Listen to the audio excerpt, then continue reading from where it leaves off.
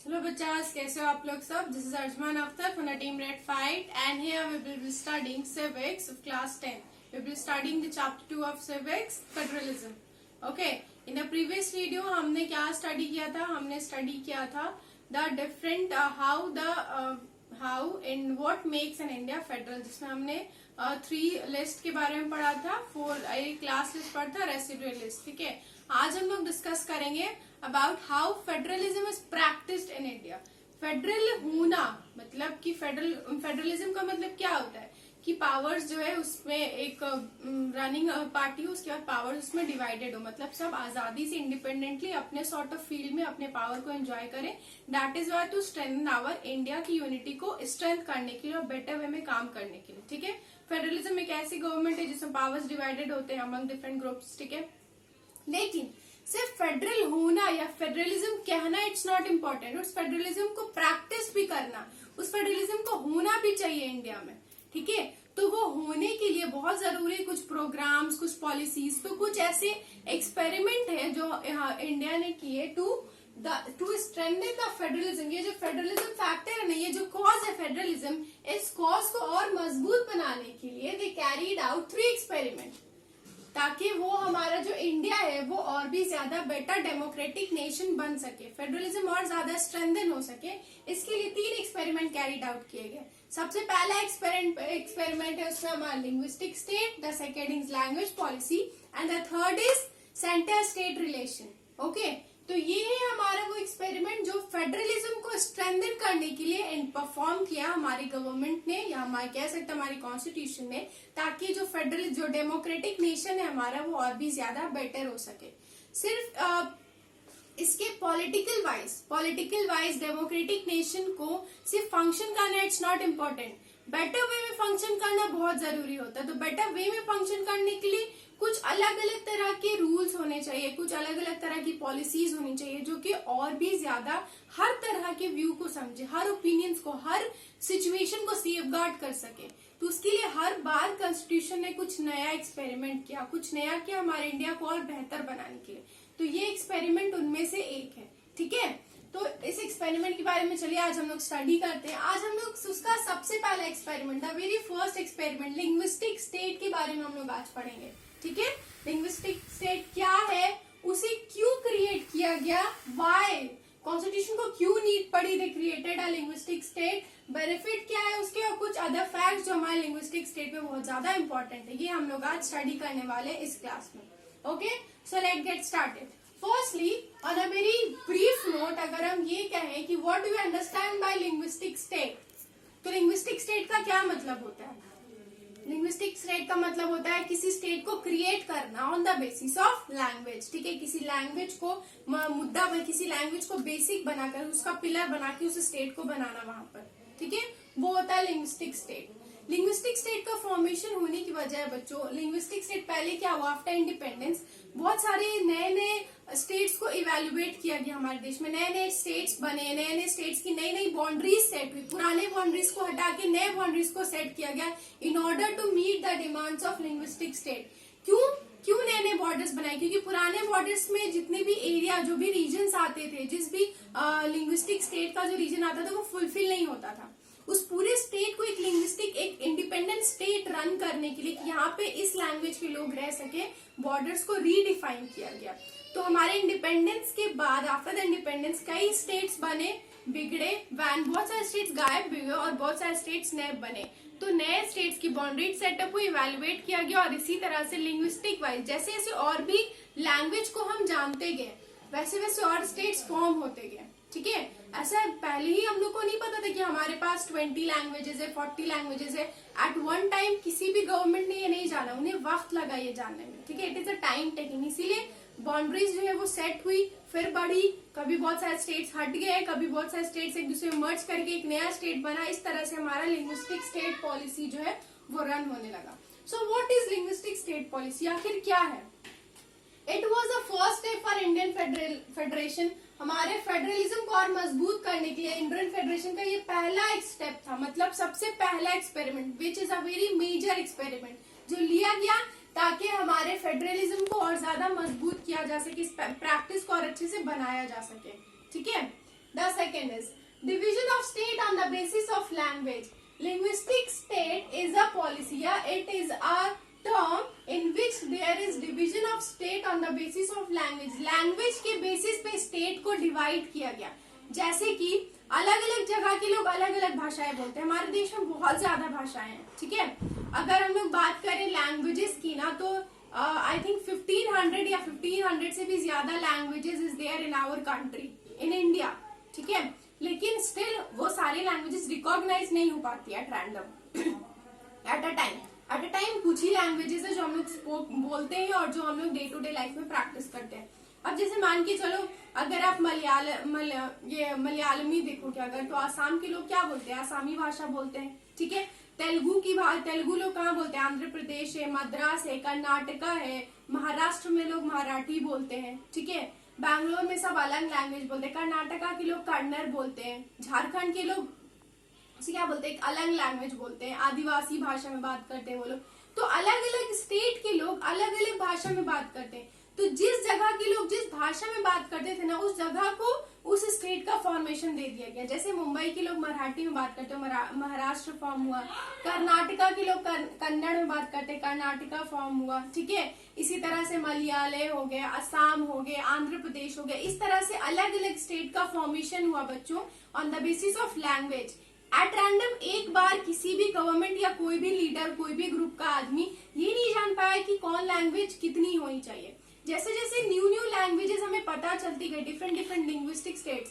पहले क्या होता था ना, लोग हमारी गवर्नमेंट पॉलिसी में ही अलग अलग लैंग्वेज के लोग आते थे जो एक दूसरे को समझ नहीं पाते थे, क्योंकि उन सबका क्या एडमिनिस्ट्रेशन एक ही जगह पे होता था, एक ही जगह पे काम होता, तो मुश्किल होता था काम करना. तो अलग अलग भाषा की स्टेट, अलग अलग भाषा के अलग अलग रंग, अलग अलग एडमिनिस्ट्रेटिव स्कूल कॉलेजेस सब अलग अलग कर दिए गए. इसीलिए लिंग्विस्टिक स्टेट बनाई गई ताकि डाइवर्सिटी को एंजॉय किया जा सके. India is a diverse country. उस डाइवर्सिटी को स्प्रेड करने के लिए, सपोर्ट करने के लिए लिंग्विस्टिक स्टेट को बनाया गया ताकि अलग अलग तरह के लोग आपस में एक साथ रह सके और अपनी डे टू डे लाइफ को परफॉर्म कर सके. Okay, it is common. ये जो स्टेट, ये जो पॉलिसी है ना, it is common is multilingual state. Multilingual states क्या है बच्चों? मल्टीलिंगुअल स्टेट्स मतलब a state in which more than one language या more than different 1, 2, 3, 4 different type of languages are spoken. Like India where diverse languages are spoken, जहाँ पे diverse varieties of language बोली जाती है. तो यहाँ हम इंडिया को मल्टीलिंगुअल कंट्री के नाम से जान सकते हैं. और इंडिया में ये लिंग्विस्टिक स्टेट की पॉलिसी लाना बहुत आम है, क्योंकि यहाँ पे कई तरह के लैंग्वेजेस बोले जाते हैं. तो लैंग्वेजेस के ऊपर अलग अलग स्टेट को फॉर्म कर दिया गया, ठीक है. So the most common language of the state become the official language of the state. और जिस स्टेट में जो लैंग्वेज बहुत कॉमनली बोली जाती थी, वो उस स्टेट का ऑफिशियल लैंग्वेज बन गया. फॉर एग्जाम्पल, महाराष्ट्र में 80% of the people speak Marathi. तो मराठी वहाँ का ऑफिशियल, उस स्टेट का स्टेट ऑफिशियल लैंग्वेज क्या बना? मराठी बना, ठीक है. आसाम के लोगों का ज्यादा ऑफिशियल लैंग्वेज क्या है? 80% लोग वहाँ पे आसामी बोलते हैं, ठीक है. तो आसाम क्या हो गया? आसाम के लोगों का ऑफिशियल लैंग्वेज हो गया. वहाँ पे वो काम करे, एग्जाम दे, कोई भी तरह का कोई भी अदर वर्क हो, लॉ हो, किसी भी तरह से जुड़ी हुई कोई भी काम हो, वो सब उनके बेसिक लैंग्वेज में होगा. बट अदर देन दैट, अगर वहाँ पे कोई उनके स्टेट से अलग लैंग्वेज में भी बात करे तो उनके लिए भी प्रोविजंस होते हैं, ठीक है. तो इस तरह से लैंग्वेज और ऑफिशियल लैंग्वेज का सेटअप हुआ. लेकिन अरे यार, ये लिंग्विस्टिक स्टेट बना ही क्यों ऐसी जरूरत पड़ी कि भाषाओं के मुद्दों पे, भाषाओं के पिलर्स पे ना अलग अलग स्टेट्स को फॉर्म किया गया? क्यों? वाई? तो इसका रीजन अगर हम अपने इतिहास को देखें तो हमें मिल जाएगा वाई का reason. If we see our history, we can find that many states have been vanished and many states have come in India. अगर हम अपने इतिहास को देखें तो पहले जो स्टेट्स थे राजा महाराजाओं के टाइम पे, अब वो सारे स्टेट्स नहीं है. आधे से ज्यादा या तो गायब हो चुके हैं, वैनिश हो चुके हैं. मतलब क्यों वैनिश हुए, कैसे वैनिश हुए? या तो उन स्टेट्स को किसी एक पूरे स्टेट ने कवर कर लिया, एक नाम दे दिया, या फिर उस नाम को बदल के 2-3 स्टेट मिलके एक स्टेट फॉर्म कर गए, ठीक है. या फिर बाकी जो बची कुछ स्टेट थी वो क्या की इंडिया के साथ जुड़ गए, इंडिया में आ गए. इंडिया पाकिस्तान का जब आप कह सकते हो पार्टीशन हो रहा था, तो बहुत सारे स्टेट्स ने इंडिया को ज्वाइन किया था, बहुत सारे स्टेट्स ने पाकिस्तान को ज्वाइन किया था, ठीक है. तो ये उस बारे में कह रहा है. तो क्या यहाँ पे अलग अलग स्टेट्स के लोग अलग अलग जगह पर स्प्रेड आउट हो गए, ठीक है. कोई देश वैनिश हो गया तो कोई बचा ही नहीं, तो कोई इंडिया से आके जुड़ गया. क्यों? क्योंकि बस उनकी खुद की लिविंग नहीं उनका कोई लाइफ नहीं था. This was done to ensure that the people who spoke the same languages lived in the same state without being inferior.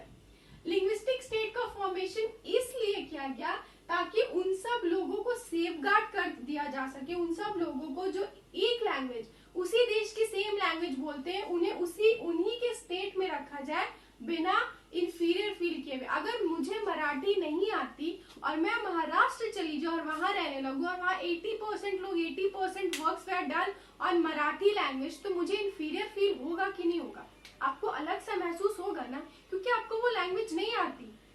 मैं पटना में रहती हूँ, मैं बिहार में रहती हूँ, मुझे नॉर्मल बिहारी लैंग्वेज आती है. हम नॉर्मली हिंदी में कम्युनिकेट कर सकते हैं, हम पुणे वाला, कन्नड़, गुजराती, तमिलियन, हमको इस तरह का कोई भाषा नहीं आता. तो हम ज्यादा कंफर्टेबल कहाँ है? हियर इटसेल्फ, जहाँ मैं रहती हूँ. इसीलिए एक अलग स्टेट बिहार बना जहाँ पे सिर्फ बिहारी रहते हैं, राइट.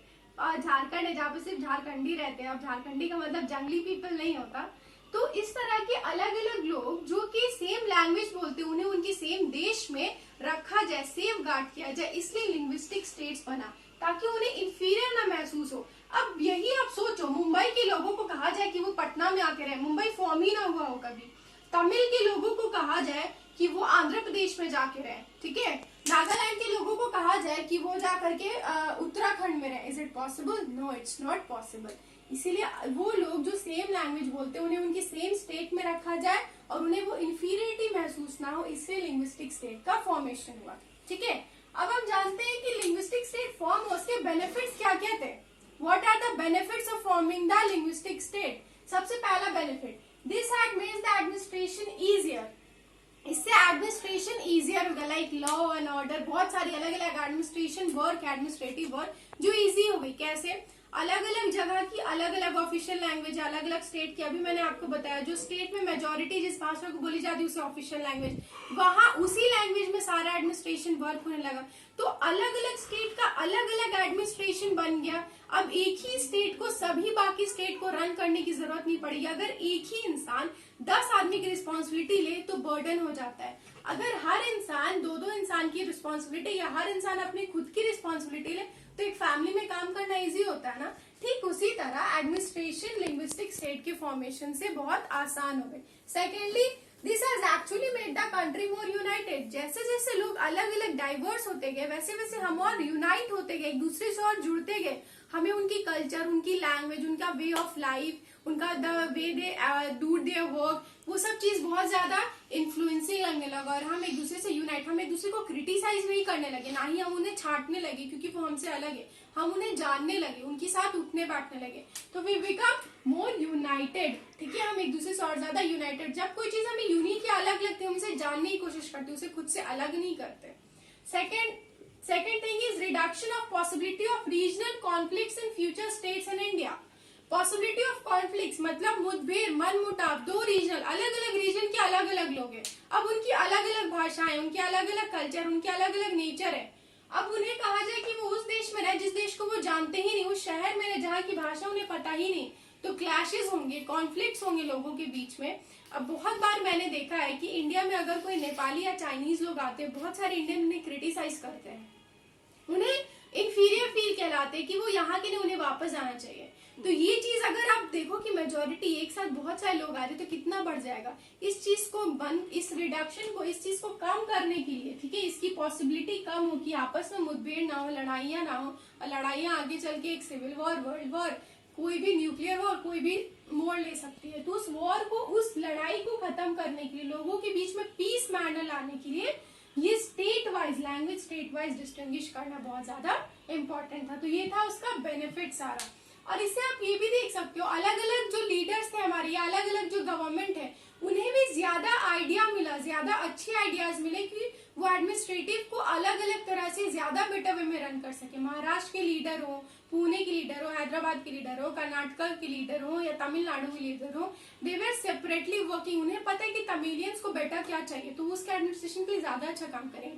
महाराष्ट्र को पता है मुंबई के लीडर को कि इनकी मराठी में क्या चाहिए बेटर, इन्हें क्या अच्छा लगता है या इनकी बेनिफिट के लिए क्या ज्यादा अच्छा, तो उनकी एडमिनिस्ट्रेशन मतलब आप कह सकते हो इंडिविजुअल वाइज ज्यादा बेटर हो गई. ठीक है, अब हम कुछ फैक्ट्स पर आते हैं. ये तो था कि लिंग्विस्टिक स्टेट क्या था, क्यों फॉर्म हुआ. कुछ फैक्ट, जरूरी नहीं बच्चों कि सारे वाइज ही फॉर्म किए गए हैं, ठीक है। Some states were created not on the basis of language but to recognise difference based on culture, authenticity and geography. बहुत सारे स्टेट सिर्फ लैंग्वेज के बेसिस पे नहीं बने हैं कि वो उस तरह की लैंग्वेज बोलते हैं, या वो मराठी बोलती तो मराठा फॉर्म हो गया, अलग अलग चाइनीज भाषा बोलते तो चाइना फॉर्म होता, एक अलग देश ही हो गया, अलग कंट्री हो गया।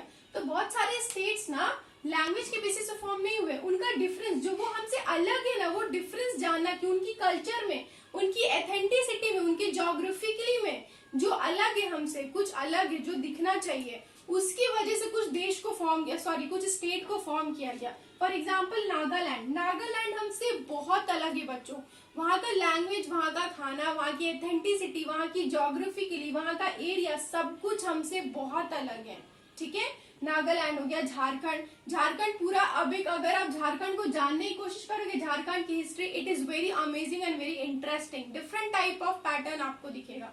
झारखंड है, इसकी अलग ही कल्चर है झारखंड के लोगों का, जिसको कहा जाता है ना, वहाँ पे छोटा नागपुर भी है, वहाँ के लोगों का डांस, कल्चर, पहनावा, रहन सहन, सोच सब बहुत अलग है। तो ये उस डिफरेंस को पहचानने के लिए ये सारे स्टेट्स, उत्तराखंड, ये सारी जगह बनाई गई, ठीक है, ताकि वो वहाँ के डिफरेंस को जान सके, ज्योग्राफिकल वाइज क्या डिफरेंस है, उनके होने में क्या डिफरेंस है।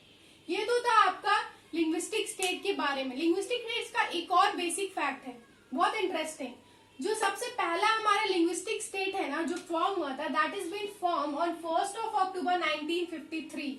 वो कौन सा स्टेट था? Andhra Pradesh. Andhra Pradesh was the first state that form on the linguistic basis. और ये किसके एफर्ट की वजह से आंध्र प्रदेश फॉर्म हुआ था, आपको पता है बच्चों? It was done by the effect of एक तेलुगु मेजोरिटी लीडर था, ठीक है, जो तेलुगु लैंग्वेज को बहुत सपोर्ट करते थे।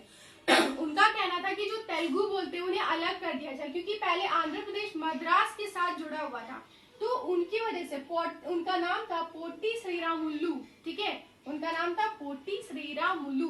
उनका वो एक तरह के तेलुगु मेजोरिटी लीडर थे, जिनकी वजह से उन्होंने इतना प्रेशराइज किया गवर्नमेंट को कि उनके मरने के 1 साल के बाद, 2 साल के बाद आंध्र प्रदेश मद्रास से सेपरेट कर दिया गया। आंध्र प्रदेश और मद्रास दोनों अलग अलग कर दिया गया, तेलुगु स्पीकिंग लोगों को अलग और फिर आंध्र प्रदेश के लोगों को अलग कर दिया गया।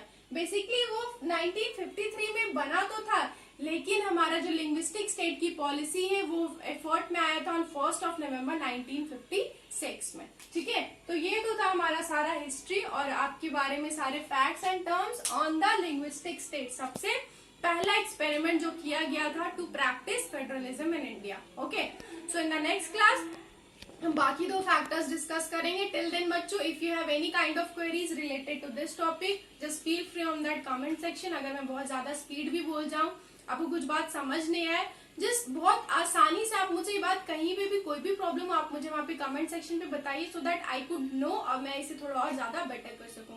दैट्स ऑल फॉर टुडे बच्चों, see you in the next class. Till then study hard, be safe, bye bye.